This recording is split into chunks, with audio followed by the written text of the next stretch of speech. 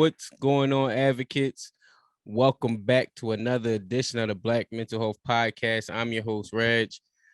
Joined today with me is a change maker, man, and we talk about a lot of the problems in our communities about certain things, and it's the Black Mental Health Podcast. But one thing that always weighs heavy on me is the youth. And if you ever hear me ask therapists and conversations about what's going on, and we're going to get into it, but I'm going to introduce today's guest. Now, with the introductions, King, I don't introduce anybody because y'all work hard, and I don't want to miss a credential or whatever you got going on. So please introduce yourself to the people. Let them know a little bit about you. All right, my name is Mr Ellis, also known as Mr Ellis The Teacher. I am a educator, teacher in the school district of Lancaster, and I'm also the co-owner of Throw Your Threes Up, which is a faith-based educational entertainment company. And been in school, doing school as a teacher, I say about 2 years now, pretty much since the pandemic started. I started teaching, and I'm excited to be here. I really appreciate you again for bringing me on here so we can talk about, what I bring to the table and Black mental health as well. So you said you just recently got into it. What made you make the shift into like getting into teaching? So I graduated from Bloomsburg University. Shout out to BU. I went to Shippensburg too. So okay, that's what's up. Yeah, I graduated in 2009. I graduated with a business administration degree. Okay. And I came out 2009. That was, recession time, and I really couldn't find a job during that time, really. And my mom was in education, and she suggested that I become a paraeducator. It's pretty much like a teacher's assistant. Mm-hmm. And so I went into that field as a substitute. I started subbing in multiple disability classrooms. I went through the IU 13, so I went through multiple disability classrooms, went through autistic support classrooms. I went through various different classrooms just to figure it out, see if, what I liked and what I didn't like, just to kind of get my foot in the door. And I would say from there, I went as a paraeducator to a TSS, and the TSS is just a one-on-one support with a person that might be on the spectrum, or they might be having behavior problems or anything of that sort. And then I went from there. I got transferred from a first grader to a high school student.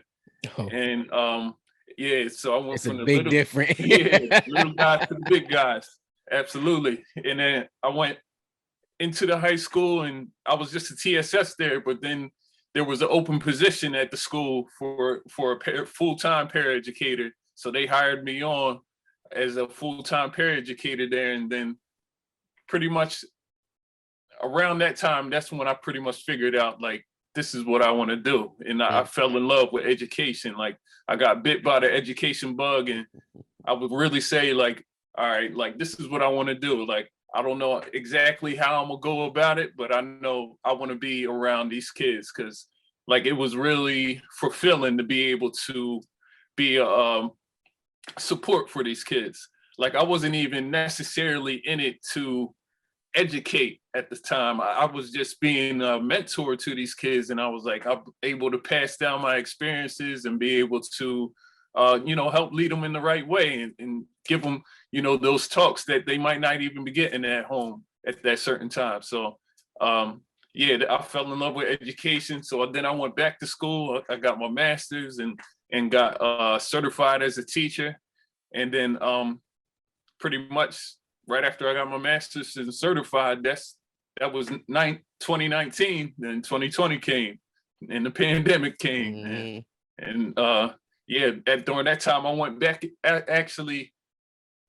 into the classroom as a paraeducator, and then they sent a lot of people home during that time, like, because they didn't know what was going on. And I was sitting at home, but at the same time, I had my degree, and I started looking for jobs and all that, and pretty much became a teacher during through the pandemic. Yeah, no, it's funny you share that because, well, not funny, but ironic. Because as I was building this podcast and getting to the mental health space, I was substituting, or I was a peer paraprofessional at Okay.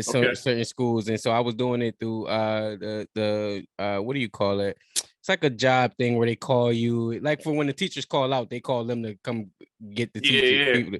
So yeah. I was moonlighting in that capacity, and then when the pandemic came, I had just started that. Pandemic Okay. came, and then I got wiped out, and they didn't know. I remember that last day like it was in nothing. Like they didn't know what was going on.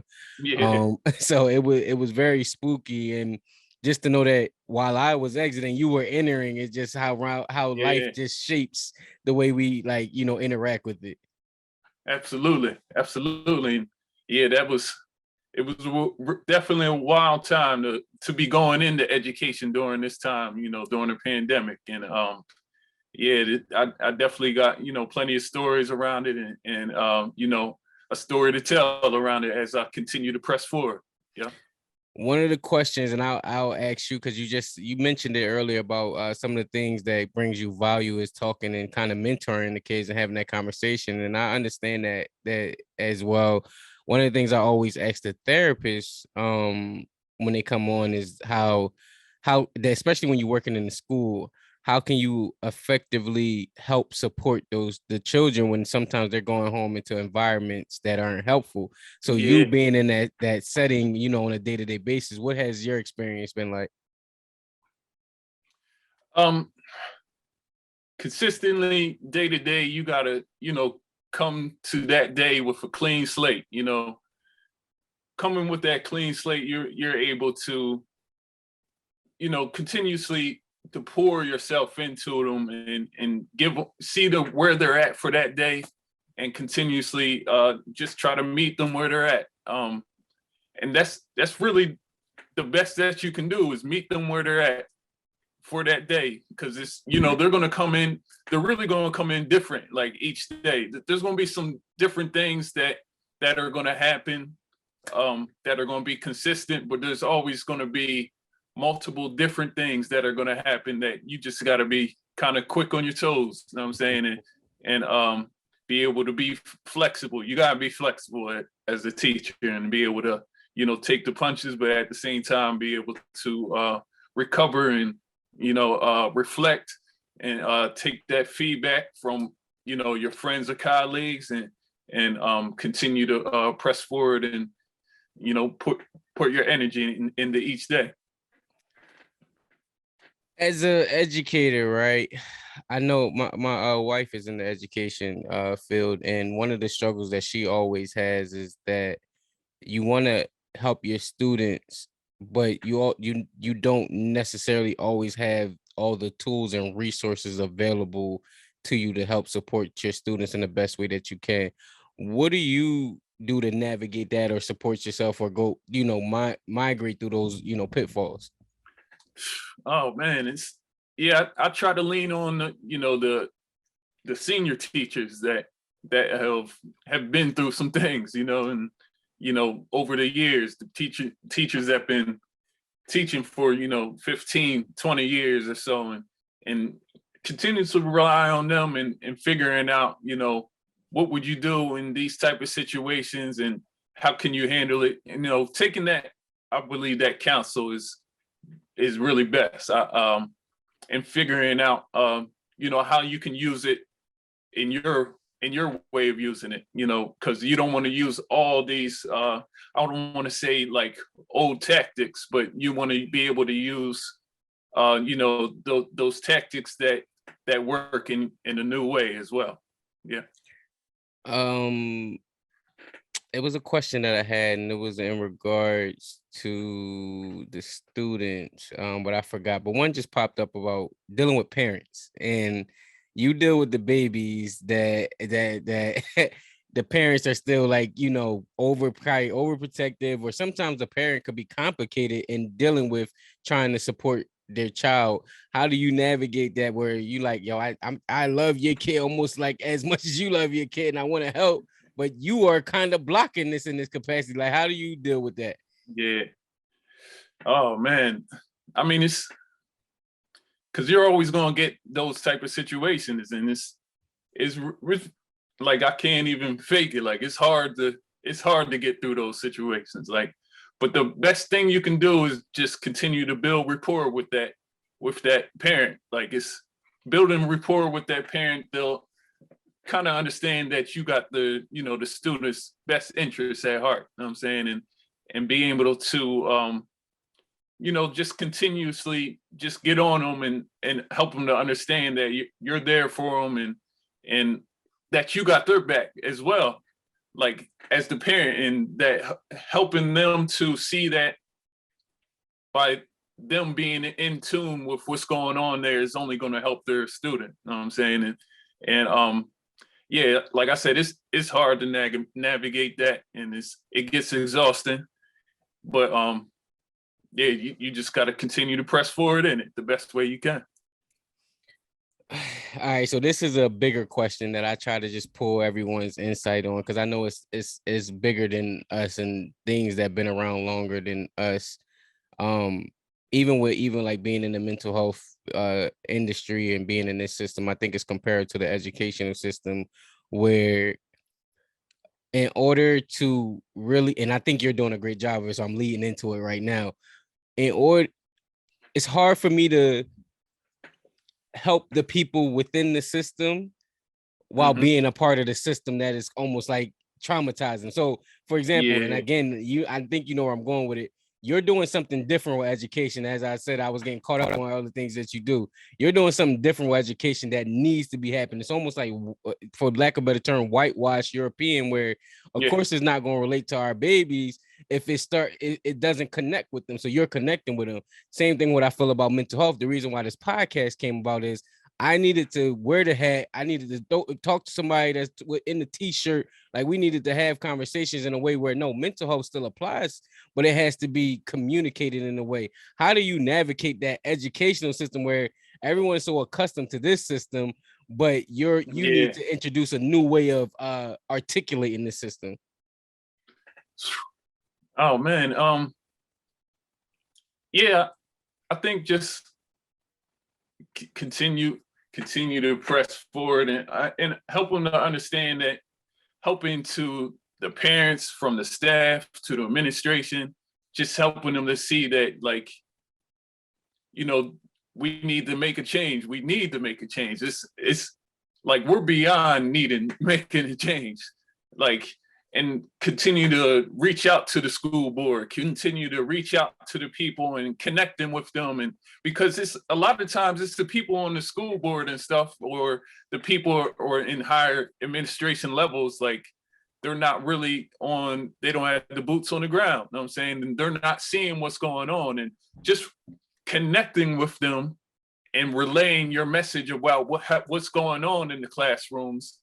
That can be a lot in itself, and help in itself, and help to make those little changes, because like you're really only going to make little changes here and there. You're not going to change the whole within itself. But and continuously, when it, like I said, that's one thing, reaching out to like the people on the school board and connecting with them and helping them to see, like, we need to put mental health first. We need to put different things first that's gonna help the student to build as a whole, and not just continuously teaching them to the test and teaching them in certain ways that they're really not learning from. You said something that again speaks to my heart. What have you noticed as an educator about the mental health of the children that you work with? Yeah, I mean, especially through the pandemic, I've seen, their mental health it's really wearing on, and it's really wearing on everybody as a whole. Like, I can see how it's affecting everybody, from the teachers, administration, to the students, to the parents. And I really, you can tell when something's affecting a student, or you can tell something's happening in a home, because just the way students come in and react to certain things. Like, you could be telling them something simple or something, like, just get out your pencil, or can you get your book out of your backpack or something like that. And, they're breaking down, or they're, just, going all against it in different ways. And that I feel like certain kids in the inner city or the urban schools, they might have struggled before, but I feel like it's developed new levels that really it's hard. It just gets hard, man. And continuing, I would say, like, I've seen, kids come in and they're really just breaking down.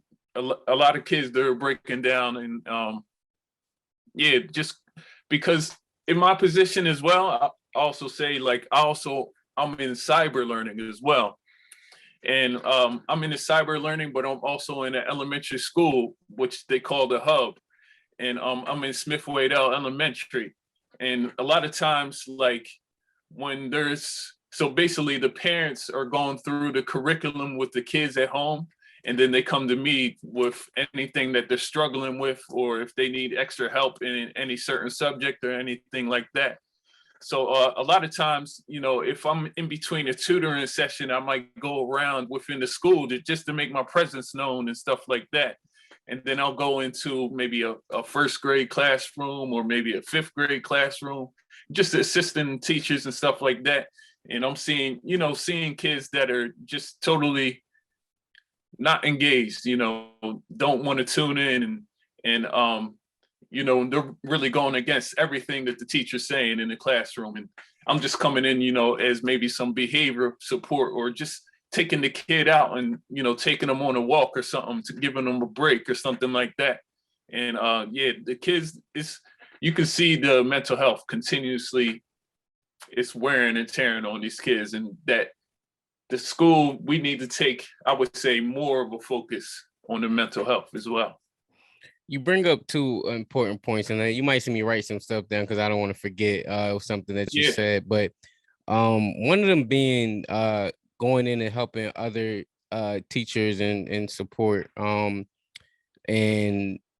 for me, I sit on the board, so I want to go back to that too when I back around there. But I sit on the board, and one of the meetings that I attended, and it's the board for a school. One of the meetings I attended, they were having a teacher development, and one of the teachers were whoever was facilitating the development for that particular session was saying, if you came here just to teach, you're in the wrong business. Yeah. And some days you'll be the counselor, you might be a mom, you may be a clothes provider. There's many different hats you may wear, not just being an educator, especially dealing with certain vulnerable populations. So that message always resonate with me. But the question that I wanted to bring up is, what do you say to those teachers or educators who are unable to garner that attention and respect and trust from the kids to give them their full attention? And the reason why I ask that, because even with public speaking, I know when I go into a room, I have to gain, it's a short window before they try to, before they'll say, all right, we're not listening to you, we tapping it out, or it's like, you got something to say that I want to hear. And if you don't gain that really, really fast, like, you may lose them for the rest of your time, and it's hard to get that back. What do you say to other educators? Because obviously you have a way of connecting people or connecting with the students where you can navigate around the school like that, where some educators probably like struggle, like, I don't know why these kids won't listen to me, or I don't know why they don't want to hear what I had to say. Like, what's wrong? How do you help them that when they're struggling with that? Yeah, I mean, I think your attention always starts with motivation, and you have to motivate them, and you have to show them what you're teaching is relevant to how they're going to be living their life, and how it's going to be relevant to their life. And whether that's coming in and explaining something, or whether that's setting up the classroom in a way that it's going to change the whole environment for them, or whether that's coming in and starting off with something that's just going to meet them where they're at by doing a song to a popular song that they might know or something like that, and engaging with them. But we have to make it relevant so they can see that, okay, this applies to, you know, when I go home and play Roblox, I'm able to see that, you know, when I make Roblox money, I'm able to apply the math to that and stuff like that. You know, you have to make it relevant to them. And if it's not relevant to them, then they're that quick. They're just going to turn it off and you know, get into all the behavior stuff they're going to get into. Yeah, I believe that 100%, man. And one of the things that I struggle with trying to pass the message off, where you may just not be fit for that position. You get what I mean? Like for that, you may not be, because yes, you may have the credential, but if you don't have the connection, the credentials don't matter. No, not at all. Not at all. Like they're not going to communicate the information and it's not going to relate. So I salute to you, and I'm going to get to some of your content in a few minutes, because I think it's a viable piece that's missing from communities of color and like impoverished communities, where we don't care about a lot of this stuff, man. And it's not that we don't care because we don't want to learn it. Y'all are making it so unrelatable to my life that I don't care to learn any of this. Like I don't want to learn. But if you transform it into, like you said, Roblox, maybe something from the NBA, some hip hop, something that connects with my soul and what I'm going through, I'll be more likely to pay attention. But y'all don't even go the extra mile to try to get that type of information, because all you feel like you have to have is the credentials. Yep. Yeah, I think you're absolutely right. Absolutely right. And being able to connect with them is a big, like, that's really, like, again, why I got into teaching and being able to connect with the kids and pass down my experiences, or pass down, you know, listen, this is what I did wrong, and this is how I can show you how to do better. And you know, I was where you were at and all that, and being able to pass it down. So it is, yeah. And when you go into the buildings, like, especially as a Black man, like, these kids gravitate towards you. Like, they gravitate towards you because they immediately feel that they can connect with you. And maybe you might not be able to connect with them on all levels, but just them being able to see you in the building makes them feel a little bit different about their education. And yeah, it's all relevant. It's all important, essential. Yeah, man. And going back to the point of like even being on the board, the reason why I got on the board of the school is because I'm like, all right, I can come into these school and talk to these kids, but that's not long-standing impact. And so now I'm on the board, and now I see why the board get handcuffed, because I can't even do nothing on the board way without, because they got responsibility to funders and the people that's paying stuff. And I'm like, man, everywhere kicks the can over to someone else's, and then the kids lose around all of that. Yeah. The kids are at the bottom losing because of all the extra politics of it. Yep. So I again, I always salute to the people that's on the day-to-day basis with the kids, because I know that's not that's not an easy task to, you know, fight with your hands behind your back. Like you're fighting almost like a never-ending fight, and it's important to show up and be there, because even if you reach one kid, I think it makes all the difference in everything that you do. Absolutely. Yeah, I mean, that's really what got me into it, because, like, again, I started it out one-on-one with like, I started out as a substitute, but then I transferred into going one-on-one with a kid, and really having that one-on-one relationship is really what sparked me wanting to be in education more. It wasn't even the total me being in front of a classroom type situation. It was I'm connecting and mentoring a kid, and, you know, I feel like I can really say some things to him that it's going to change his perspective and change his life in the long run. I don't know if y'all heard the video start to play, but if y'all listening, go to the YouTube real quick, and y'all gotta see what this brother is doing, because it's amazing work, man. And go to the YouTube, I'll put it up there. But just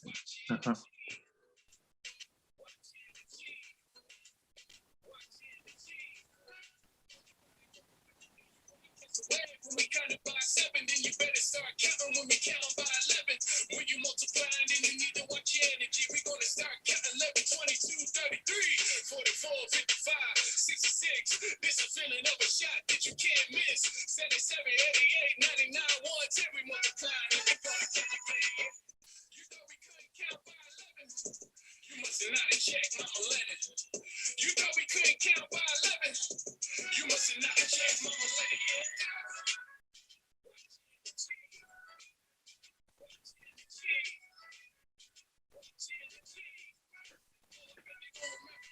We multiplying and we count by 11. We multiplying and we count by 11. So talk to me about the thought process. I mean, it's obvious that it was teaching like counting, but what was your thinking behind creating like something like that? Oh man, so it really all started from student teaching, really. Like to be honest, I've made music like well before I became a teacher. I started out in a group like when I was in high school, and then I went along to another group when I was in college as well. And then I kind of fell back from music for a little bit as well. But then during my student teaching, I had to create a sixes multiplication lesson. And I went looking on YouTube trying to find something that I could use to get these kids engaged in the beginning of my lesson. And went looking on YouTube, but I couldn't find anything that sounded like kids' music today. Like it was hard to find. Like it was either little kid Mickey Mouse type music or it was like an old person rapping. Like, and these kids today, they're not going for that. Mm-hmm. They are not going for that. Not these kids today. Like maybe when I was younger, like I maybe would have went for it, but these kids today, they're not going for it. So I was like, oh, man, I ain't even gonna bring that in there. So, and then I kind of went to sleep that night and then woke up the next morning. I was like, why don't I write something? Like I've been making music for years. Like why don't I write something? And that kind of, sparked my passion for music again. But then I wrote something that morning. Wrote a sixes multiplication song, took it into the classroom, did it in the beginning of the class, and these kids loved it. Like they ate it all up. Like, and they kept asking me to do the song every day after that, like every day, like, Mr. Ellis, can we do the sixes multiplication song? And like, I kept saying, like, I got other stuff to teach. Like, I can't do the sixes song every day. Right. So, but that's how I knew, like, I kind of got them, like I was able to get them engaged in what I was doing and that they really liked it. And it really helped for the lesson as well, because they stayed in tune for the rest of the lesson after I did the song in the beginning. And so that was during student teaching. But then, like I said, I graduated, then the pandemic came, and then I was back in the classroom as a paraeducator, but then we all got sent home. All the paraeducators got sent home. So we were at home, still not doing anything. Mm-hmm. And in my mind, I was thinking, all these kids are home right now, mm-hmm. not doing anything. They're on their phones, they're on their tablets right now. They're not mm-hmm. doing anything right now. They might be getting some papers from the teacher or something mm-hmm. like that, like do these lesson plans or something, on Seesaw or something like that. But I'm thinking in my mind, these kids are not doing that right now. Mm-hmm. They're not doing it. That if they weren't paying attention in the classroom, mm-hmm. they're not going to do the papers, outside of the classroom. Mm-hmm. So I just kept thinking in my mind, like, I need to do something. I need to step in the gap. And so during that time, I was sitting at home. I started writing all the other 10 songs. I came out with 1 through 10 multiplication songs. And I pretty much, built the album out of it. And I called it Multiply With Me. And you can actually get that on all digital platforms right now. And that's the album cover that's right behind me right now, Multiply With Me. But I wrote all 1 through 10 songs. And I even wrote a little bit more to just kind of have stuff in the bag so I can bring them out a little bit later as well. But then at the same time, I was still sitting at home. Then I started going live on Facebook and stuff like that. And I was like, these kids are sitting at home. I need to at least give them some type of lesson or something like that that they can tune into. So I started going on Facebook and started going live and saying like, parents, tune in at have your kids tune in at 12 o'clock. You know, I'm going to give a multiplication lesson. And then I will always go live and do my songs in the beginning as well, and do a whole lesson. And I was seeing how much the parents were loving it as well, on top of the kids liking it. And yeah, so that's pretty much how I started and how it kind of grew from there. And yeah, from there I just kind of was like, it, you know, all these different ideas kept sparking, and I was like, you know, I might as well kind of create a company around this. And I created Throw Your Threes Up, and you know, in the beginning of all my videos, I would always say something motivational for the kids. I was like, throw your threes up, just believe in yourself, just believe in your dreams, and just believe in God's purpose for your life. And yeah, I always try to say something motivational before I gave the lesson, and then I would, you know, do the songs and then do the lesson. And like I said, I continuously saw different people seeing the engagement, whether it was the kids or whether it was the parents, and saying, yo, I love this. And yeah, it just kind of grew from there. But I also want to say, like, when I did start going live on Facebook and all that stuff, I did everything wrong. You know what I'm saying? I didn't do anything right. Like when I started going live, I had my headphones with the mic attached to it, to right there, and then I just had a Bluetooth speaker, and I was playing the music on there, like, and that's not how you're supposed to do it when you're going live, like into Facebook or YouTube. So like the music wasn't sounding the best when I was going live, and at the same time, you know, I was just, you know, continuously learning as I was going, and but yeah, that's pretty much how it grew into what it is right now. Yeah. So my problem with everything you just said is the same problem that we have for centuries, where somebody like yourself who cares and has the creative ability and wants our kids to succeed will start to meet resistance after a while because of a system that doesn't want to change.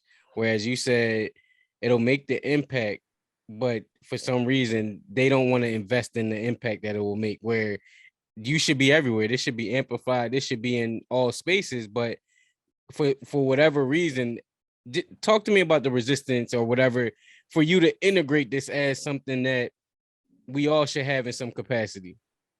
Because I was that parent that was looking for stuff during the pandemic for my kid while they was home, and I couldn't find nothing. I was paying for little programs online, getting the free trials, and I wish I would have known that yours should have been amplified as something like, hey, this is for your kid to kind of like pay attention into something too. Yeah. So, yeah, I mean, as I continued to navigate and tried to figure things out with what I was doing, you know, there was always some type of resistance or something like that. But yeah, I mean, I think me being actually in cyber kind of helped me, because in the cyber learning, we were not only like I was teaching different lessons and stuff like that to learners and tutoring and stuff like that, but at the same time, like I wasn't doing this actually in the classroom all the time. And in cyber, we were also creating like different like enrichment lessons that we were able to give to the learners. So I always gave the multiplication enrichment lesson. And being able to do that, I was able to actually take what I do into the classroom on the cyber level and be able to, you know, and a lot of times, like when I came into cyber, you know, everybody was asking for cyber during that time because of the pandemic. So I was getting learners from all over pretty much Lancaster, from different parts of Lancaster in cyber. So it kind of, I would say, exposed me on a local level of being able to introduce what I do, and kind of, I would say, set it up for the long run. being able to expose, I would say almost like brand awareness in a way, because I was getting a lot of different learners from all over. And like a lot of the Zoom classes that I was doing, it was like maybe like 30 or almost 40 kids in one Zoom class, just because they actually wanted to be in my Zoom class. Mm-hmm. And so yeah, that was interesting part as well of being able to introduce what I do. Yeah, and as far as any other resistance, I can definitely tell, when it comes to, being in any school district, like it's like they're gonna want you to teach to the test and want you to teach their curriculum in the way that they want you to teach it. And I could see myself continuously building in that way, and but eventually at some point, deterring myself and trying to move on in a different way. But at the same time, you just trying my best to continue to navigate through it. And but that's the problem that that made me even ask you that question, is because their way hasn't been working. Like our kids are low, or scores are low. Like we're not coming out, and I'll speak for myself, not coming out as prepared to go to school and college the way that we supposed to go. Like it's not working in the capacity. And then we look at a nationwide, like a nationwide thing, comparing to other countries. Like when we look at how US country versus China and all the other countries that's out there, we fall way below the waistline. So that's why it's always, for me, like, again, me wanting to get on the board and go behind the scenes of like, oh, this is just a cycle of like, y'all don't, it doesn't come in the job of, all right, we want to impact the kids. I even seen in other ways, and not the board that I'm on, in other ways where people will judge up numbers and all these other things to talk about impact. And I'm like, that's not the reality. Like that's not the reality of what's going on when you go in the day-to-day of the schools. And I don't know, it just bothers me because at the end of it, it's kids from impoverished communities or Black and brown babies who don't receive the education that they receive. And I grow up to be the Black and brown people where I'm not fully prepared to be a citizen and be functional in society. Yeah. And it's really a shame on how the cycle continues to keep, like it just stays on the same wheel. You know what I'm saying? And it's like you get little changes here and there, but it's totally, you can see it's like totally doesn't want to change. You know what I'm saying? But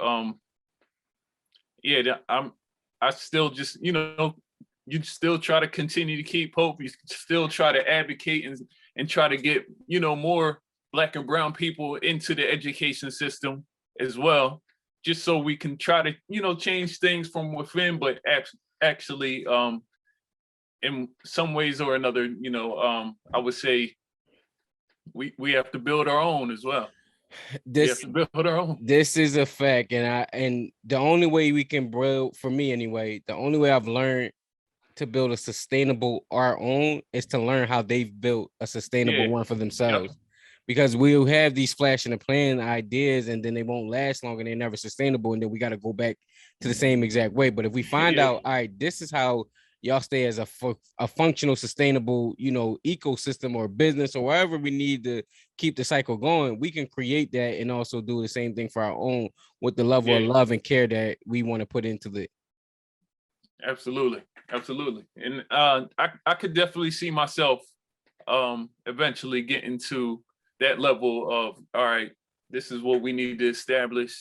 I feel like I have enough education and information that I need, that I can move on and build in the right way. And that's, that's the type of people I want to come together with as well and continue to build. Now, likewise, and if there's anything that I can do with my platform resources or connections or anything that I could do with the knowledge I have of being on a board or whatever the case may be, I'm here to support and help. And before we get to your final thoughts, I just wanted to play this other clip because, again, Mr. Ellis, the teacher, is doing some amazing work out here, and I want to highlight as much as I can in the short amount of time that I have you. But please go check out the Instagram, the YouTube. Mr. Ellis The Teacher. Oh yeah, right. You want to multiply with me? 2, 4, 6, 8, 10, 12, 14, 16, 18, 20. Throw your threes up. Trust and believe the changes in your head. So ahead and take a stand. Throw them up. Just believe you can do it. Hard work, that'll work. Every step will take you to it. Throw them up. Throw them up. Throw them up. Now you got it. Let me see you count with me. 5, 10, 15, 20, 25. Throw them up. Throw them up. Throw your threes up. Throw them up. Throw them up. Throw them up. Throw them up. Throw them up. Can you multiply like me? You want to count out with me? 9, 18, 27, 36, and 45. Throw them up. Throw your threes up. You need to just believe in yourself. Just believe in your dreams. And just believe in God's purpose for your life. It's time to go. Threes up right now. Man, I feel like that's the best way to end off. But did you have any other things you want to leave off with the people with? Any lasting message to parents, teachers, or even students? Anything you want to leave the people with? Yeah, man. Again, I appreciate you. Continue to amplify the message of all the things that you continuously talking on the things that we need to continuously talk about in the Black community. And I just want to leave with saying, I've started out in multiplication, but I definitely want to continue to expand on in other areas. Like I believe multiplication is where I started at, because it's one, I saw how these kids were struggling so much with it, and it's such a universal tool that they need to have. But bringing that universal tool of multiplication and bringing it together with music, which is another universal tool, I feel like it was the most powerful way that I could, start off. But being able to expand into different things, whether it's science, whether it's history, Black history, whether it's, even talking about things that they're not talking about in school, that the skills that they need to have, whether it's investing, whether it's, we're talking about mortgages or taxes and stuff. Like, I feel like all these things can be used in music. And I feel like music is such a powerful tool that we can use to really to amplify and speed things up as well. Because even if you think about it, you could think you can basically remember the lyrics of all these different songs, but you could read a book and not even remember a chapter. You know what I'm saying? The crazy part is we get penalized for that too. It's like, oh, you can remember all these songs, but you can't remember. I connect with the song. I don't connect with this book. Yeah, absolutely. So I think it's a powerful tool that I look to continue to expand on. And like I said, it's, I always try to start out with the threes. So it's just believe in yourself, just believe in your dreams, and just believe in God's purpose for your life. And I believe the more that we come together, we're going to be all right and continue to press forward. On that note, please share something that Mr. Ellis, the teacher, has shared today in this podcast. Share this episode with somebody. Leave a comment on iTunes of something that he quoted and put it out there. Quote the last 3 things out there and put it on as a review, so that when people listen to this episode, they know what they're getting. And make sure y'all follow, support, like, subscribe, everything that he has going on, and go listen to the music. I need a t-shirt, by the way, anyway, but we'll talk about that. Gotcha. And on that note, please remember that this platform has never been about being a replacement to therapy. It's an alternative place where people share therapeutic stories. Thank you for listening.